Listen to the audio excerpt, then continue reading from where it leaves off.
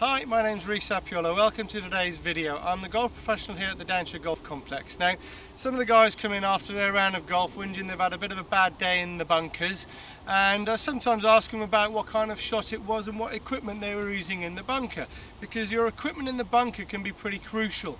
It all depends, you see, on the depth of the sand. If we have sand that's very, very deep and soft, ideally we need to shallow the angle of attack a little bit more, and we need to get a sole on the golf club that is nice and wide. And what this does is it stops the club from digging into the ground and acts as a nice deflector out of the bunker. However, this kind of sand wedge won't be very good if the sand isn't quite so deep. So it's a good idea maybe to have a fat-soled sand wedge and maybe a different wedge in your bag. As you can see here, I've got 3 different wedges. I don't always carry 3, but it's sometimes good to have the option or the choice. I've got a wide sole, a very narrow sole, and a medium sole. Now each of these will react very differently in the sand. If I don't have a lot of sand in my bunkers and they play quite firmly, I'm going to be much better off with a narrower sole and slightly less bounce than I would be using this ping wedge here, which has a much wider back sole. So what I'm going to do is I'm going to hit a couple of shots for you and just show you the difference. So the one thing we can't do in a bunker is actually poke your finger in or poke the club in to test the depth of the sand. So one easy way to work it out is to use your feet, and hopefully by wiggling your feet in the sand will help you sort of gauge the depth of the sand. Now obviously we're not next to the ball, so it's not always accurate, but it'll be accurate enough if the bunker's nice. So we'll start first of all with this ping sand, which has the wider sole.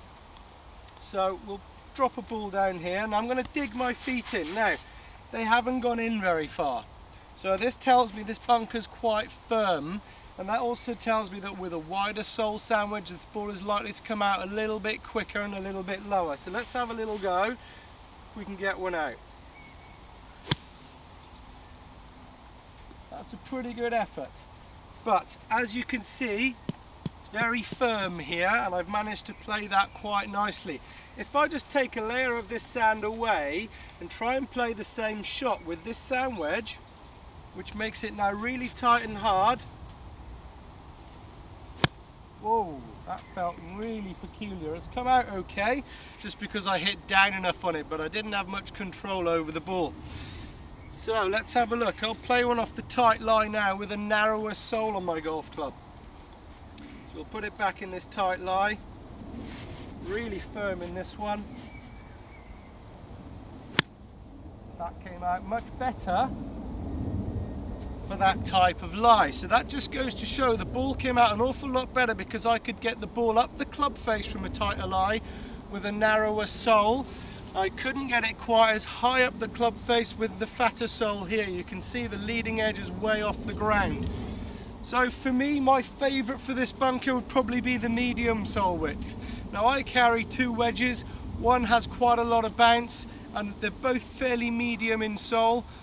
The second one I've got hasn't got a lot of bounce, and that's important. That gives me an option around the golf course to open the face to give me more bounce and to keep the face squarer on my more lofted wedge, which has less bounce, to play the ball out of that slightly firmer bunker. So let's try this just to the side.